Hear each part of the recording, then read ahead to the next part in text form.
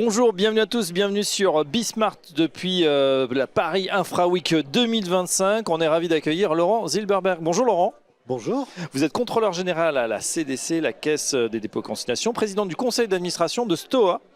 Et avec vous, on va voir comment justement la CDC est active dans les infrastructures.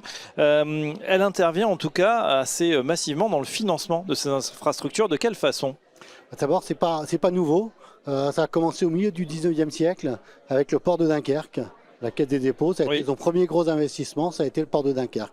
Et depuis, on a systématiquement investi dans des infrastructures, principalement en equity, c'est ce qui fait notre particularité.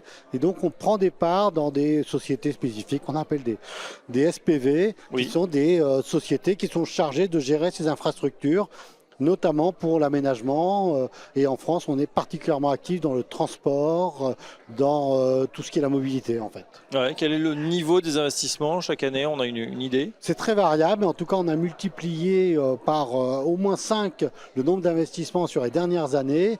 Et la Caisse des dépôts a transformé son modèle. Avant, elle était prêteur grâce au livret d'épargne, grâce au livret réglementé, et elle est maintenant massivement investisseur. Massivement investisseur, d'autant que, on le voit, hein, toute cette journée Infra Week, les infrastructures, c'est une classe d'actifs à part entière, c'est en train de progresser énormément chez les institutionnels, mais aussi chez les privés.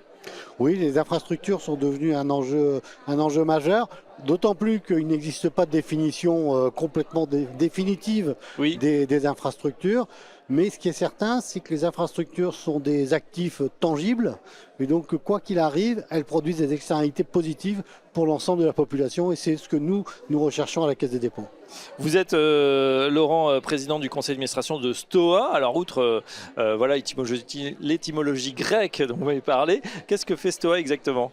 Stoa est un fonds d'investissement qui a été créé il y a maintenant 8 ans par l'Agence française de développement et la Caisse des dépôts, et qui investit uniquement en equity, en capital, dans des infrastructures dans les pays du Sud. Nous avons des parts dans le métro de Sao Paulo, dans des fermes éoliennes en République dominicaine, dans du réseau haut débit en Afrique du Sud, dans un port au Gabon.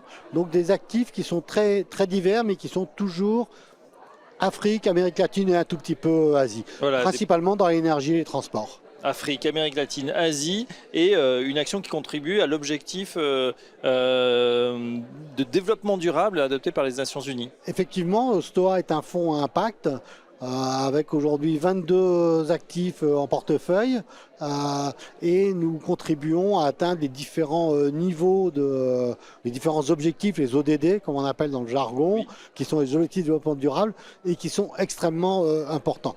Aujourd'hui, Stoa est en train de faire une évolution importante puisqu'on est en train de passer de fonds d'infrastructure en un fonds de gestion pour compte de tiers. D'accord. Qu'est-ce que vous entendez par capital patient ? Le capital patient, quand on est dans les infrastructures, il y a le premier jour de votre cours, l'économie des infrastructures, vous apprenez la courbe en J. Oui. Grosso modo, ça consiste à creuser au départ et à remonter ensuite. Et ça veut dire quoi? Ça veut dire une très forte mobilisation capitalistique au départ et des rentrées par la suite. Et la patience, c'est pas une attente de rentrée linéaire à court terme. Est-ce qu'on doit toujours opposer performance financière et impact environnemental? Ou est-ce que les deux sont conciliables? Pour moi, l'un ne va pas sans l'autre. C'est-à-dire qu'à long terme, il n'y aura pas de performance financière s'il n'y a pas de performance environnementale. Et inversement, il n'y aura pas de performance environnementale si on n'est pas capable d'avoir des performances économiques qui sont soutenables dans la durée.